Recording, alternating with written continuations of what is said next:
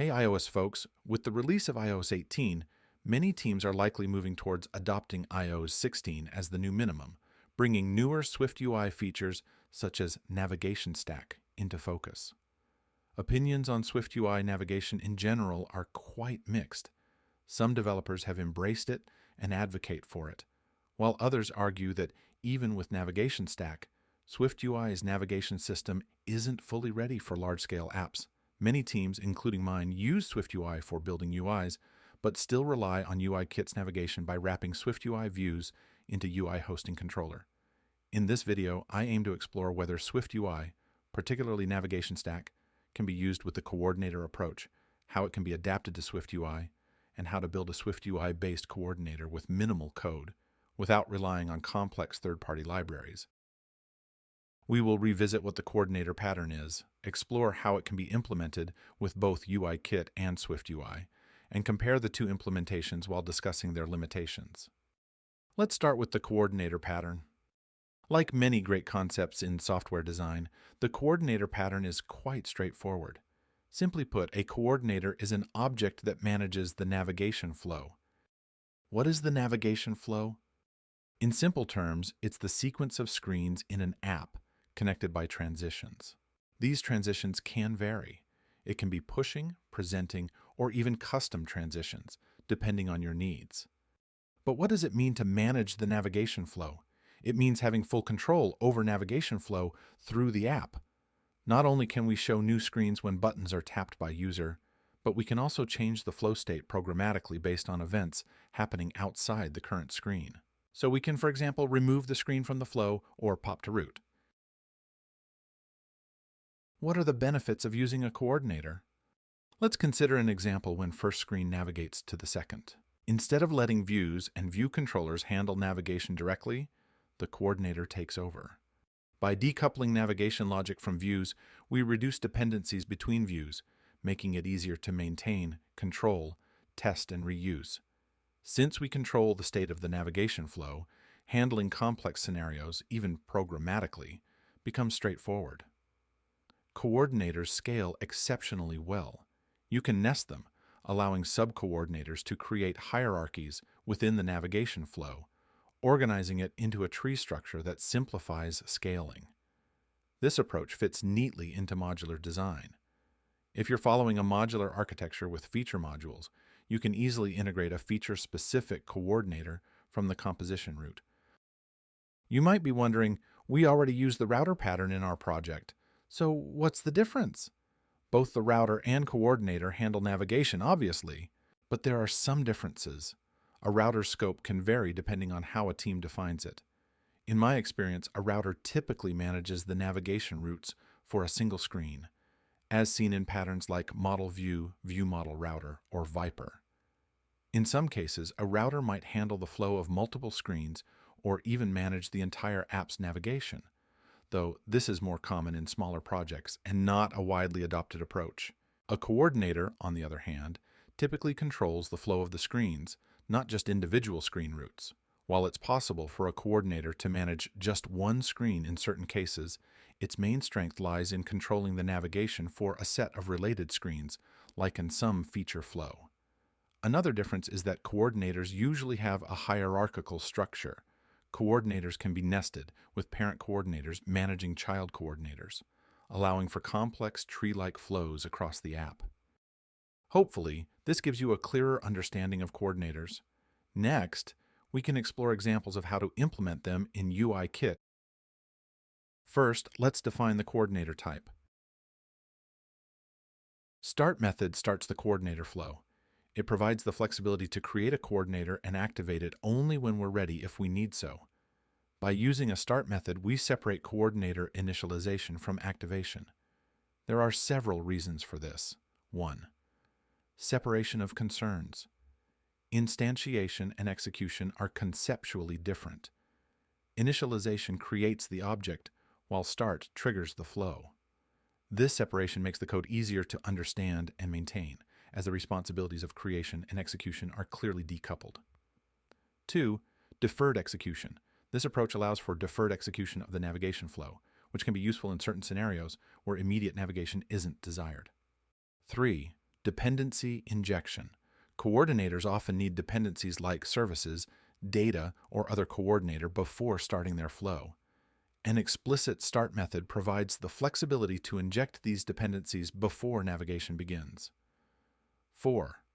Multiple entry points. In some cases, a coordinator might have multiple entry points depending on the context. Instead of complicating the initialization logic, having different start methods allows for more straightforward handling of different use cases. Finish method is called to end the flow, such as dismissing the screen flow. When a coordinator finishes, there needs to be a mechanism to notify the parent coordinator so that it can remove the child coordinator from its list or perform additional tasks. Typically, the finish delegate is the parent coordinator. To follow the principle of least privilege, we avoid giving the child direct access to control the parent. Instead, we hide the parent behind a coordinator finish delegate protocol. Next, we need to define how coordinators will work with child coordinators. Flow coordinator is designed for typical navigation processes involving push and present actions. It follows a linear flow and therefore has only one child coordinator. Composition coordinator, on the other hand, manages multiple child coordinators. An example would be a tab bar coordinator, which acts as a composition coordinator for each tab's coordinator. But why don't we include a child coordinators array in the base coordinator protocol? It's a reasonable question. While we could add a child coordinators array to the base coordinator protocol, something many implementations do, it's better to adhere to the Yagni, you aren't going to need it, and interface segregation principles here. As you'll see shortly, this approach simplifies the implementation. In some coordinator implementations, you may find a UI navigation controller defined in the coordinator protocol. Adding it allows you to create default methods in a protocol extension for common navigation tasks, such as push, present, pop to root, or dismiss to root, which can then be reused throughout your project. While this approach adds some complexity, it also makes the solution more ready for universal flows. However, including UI Navigation Controller in the protocol is optional, and there are several reasons why avoiding it can be beneficial. First, framework independence. The coordinator concept is independent of UIKit, so keeping the coordinator protocol free from framework-specific details helps maintain a cleaner architecture. Second, flexibility. Without restricting the coordinator to UI Navigation Controller, you have the freedom to use other containers for views, such as UI View Controller, UI Tab Bar Controller, or even UI Window, depending on the specific requirements of the flow. So let's do not add UI Navigation Controller to coordinator protocol in our solution. What we can do to complete our coordinator protocol definition, we can add default implementations to protocol extensions for finish, child coordinators manipulation, and etc. For specific screen flow, like a feature flow, coordinator will look like this. As you can see, we have a lot of freedom with this approach. We can decide and customize how the coordinator starts itself, using the injected navigation controller. We can use both UIKit and SwiftUI views, wrapped with UI Hosting Controller if needed. Let's consider an example of SwiftUI view screen that uses coordinator. In this example, each view is tied to a specific coordinator type. While this is a limitation, it's generally not a significant issue. If needed, you can use closures and wrapper views to handle multiple screens with different coordinators. Finally, we have complete control over the navigation flow, allowing us to modify it programmatically, for example, when handling a deep link. This approach is simple, scalable, and powerful, proven effective in large, mature modular apps. That's great. Next, let's consider what SwiftUI offer for navigation. Before the introduction of Navigation Stack, SwiftUI's navigation view had many limitations. Many common navigation tasks were either difficult or impossible to achieve, such as pushing multiple screens or popping back to the root through several views, or recreating navigation flows to open a specific screen sequence. Navigation views struggled with managing state and handling programmatic navigation. Developers often resorted to workarounds or even reinvent the navigation stack, which was far from ideal. Since iOS 18, Navigation View is officially deprecated due to these limitations.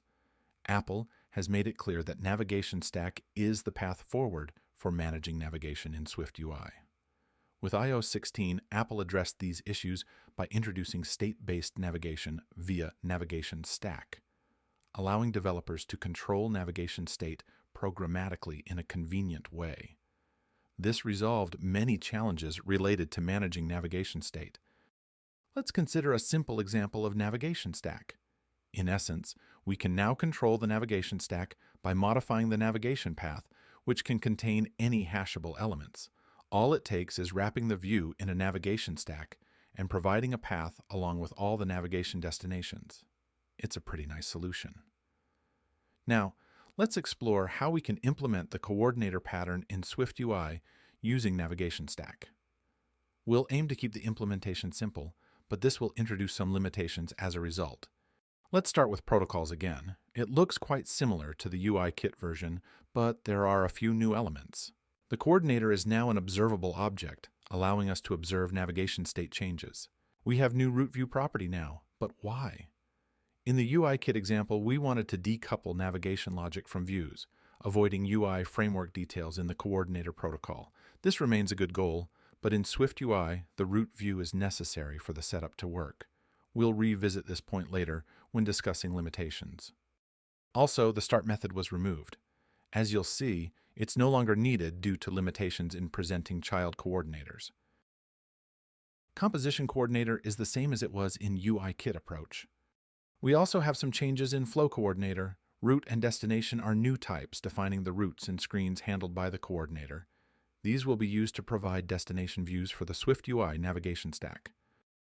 Navigation controller is our custom class that is kind of replacement for UI navigation controller, storing the navigation path and presented route state. We need it to build the state of our coordinator navigation flow. We can think of our coordinator navigation flow as a chain of navigation controllers, each managing its navigation path, but also presenting the next one in the chain. They are all combined together and stored in the navigation controllers array, which we can see in the flow coordinator protocol. For specific screen flow, like a feature flow, SwiftUI coordinator will look like this. We can see our navigation controllers array here. Navigation controller type is bound to template type of a feature route. As shown, feature route is an enum that contains all routes managed by feature coordinator. We also have a route view, which is a navigating view. Navigating view is central to our SwiftUI navigation. In SwiftUI, everything is a view, and this wrapper view serves as the link between the coordinator and SwiftUI views. As you can see, our navigation stack is located inside Navigating View. We also have our routes presentation implementation here with sheet and full screen cover modifiers. If we need a new navigation type, it should be implemented here in Navigating View.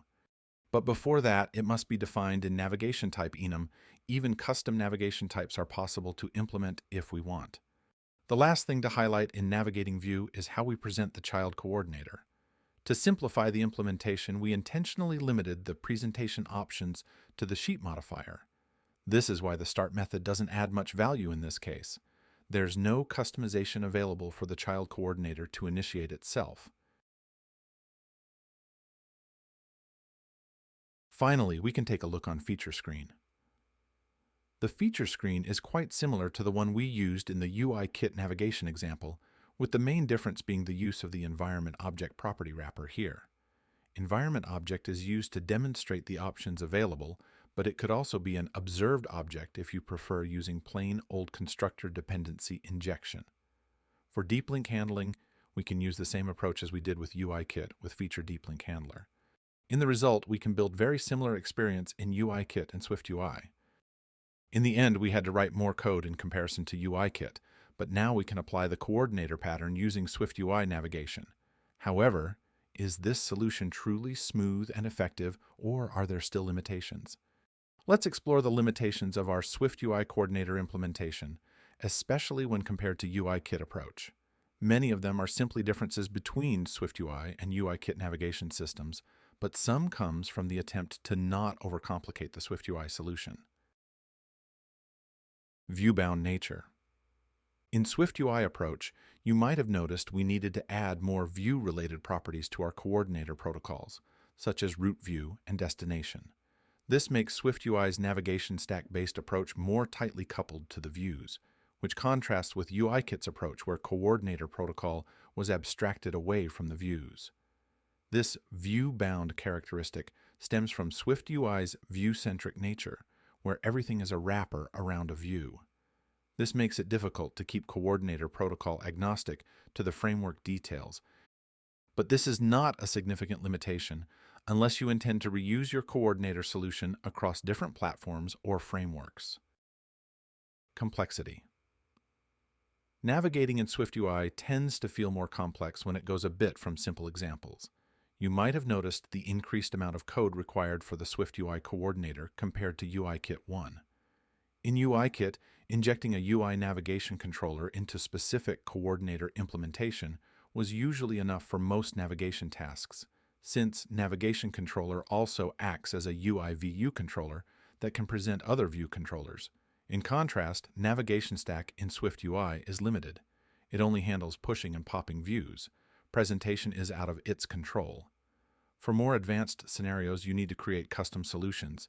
We had to create a custom navigation controller and wrap views within navigating view to achieve similar capabilities, adding to the overall complexity. Starting child coordinators. UIKit coordinator approach offers a great deal of freedom in how you navigate to child coordinators, be it pushing, presenting, or using custom transitions. It also allows child coordinators to handle their own starting process through a start method. In our SwiftUI implementation, starting child coordinators is restricted to using the sheet modifier. While other modifiers like full screen cover could theoretically be supported, this would further complicate the solution. This limitation is the reason why the start method doesn't make sense in SwiftUI approach. It makes sense only when a child can determine and initiate its own presentation, which isn't possible under this approach where presentation is fully controlled by parent.